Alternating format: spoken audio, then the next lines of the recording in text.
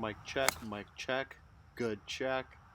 What's going on? We're at Sartell Pine Ridge, brought to you by Keenan Lund, and we're going to follow the round today. I had a good poke there out 250 with the fairway driver and left myself in with 120 on the first hole. And we made a decent swing at it. We're just trying to do a damage control in the first.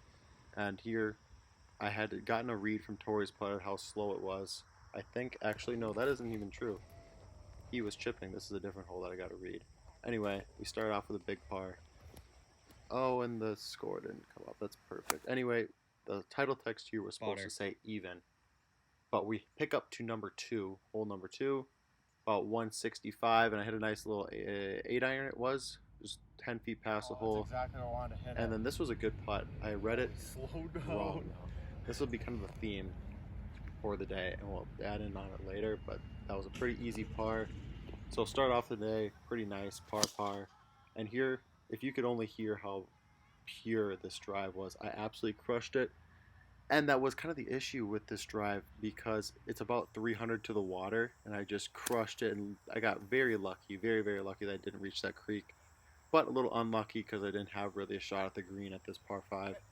So what I did was I took a 7 and I laid up, and it landed in this dirt here. And so, ground under according repair. to Rule 24B in the Golf Handbook, if you are in a ground under repair situation, you take a club length from a point not any closer to the pin, take a drop there, and play your shot with no penalty. So that's what we did, something like that.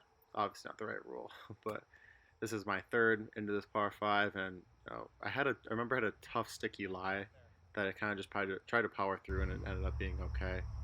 And here was one where I had the right read and made a bad putt. Too much speed and hit it too low. And so that's 2 in a row where I had the right read, or that was the further one was I had the wrong read, made a good putt. This one I had a right read and made a bad putt. So let's see if we can finish this up and stay at even par. And it looks like we do. Again, oh, there we go, there's the E.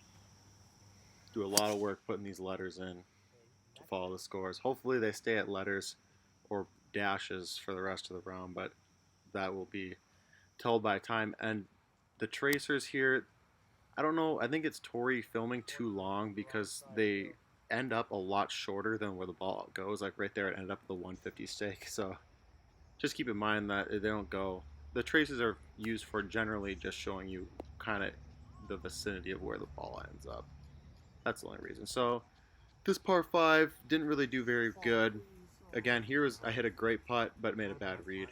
So there's another kind of mistake on the green as far as a mental mistake. But we stayed even par through 4. But that was a good opportunity to get under before the tough stretch of holes.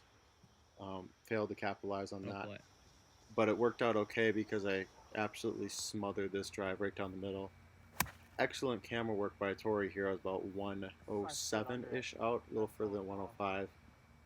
And I hit a decent 56 degree that ended up a little bit short. Made a bad read on that one.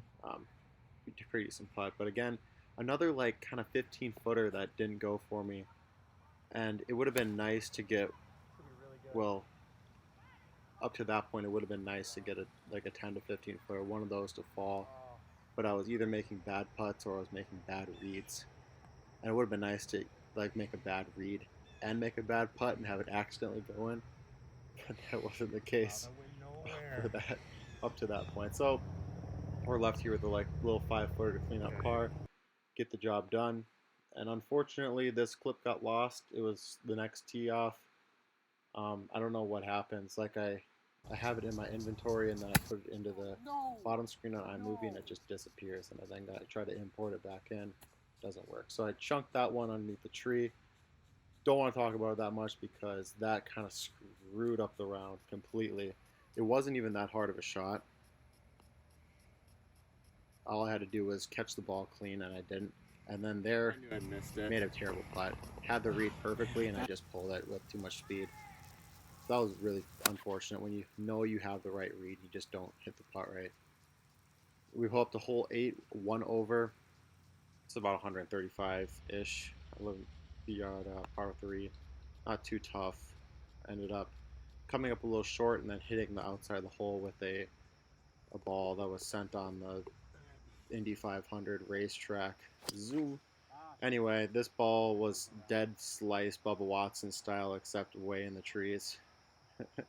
So we were one over, and then check this out here. Heads up.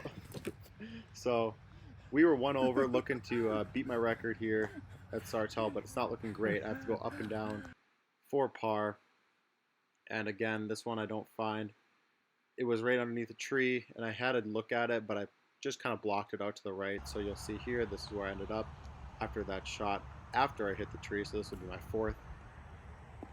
And I ended up making I pulled it, I remember, but it was a good lag chip, if you will, which gave me this to tie my record at oh, it's not even gonna, oh man, that's unfortunate. Anyway, that's a 2 over 37. Sorry, I was complaining about something else. But anyway, a 2 over 37 could have been a lot better, but I can't complain about a solid round of golf, and I never will. That's another round at Keenan Lund. Eventually we will scratch. Adios.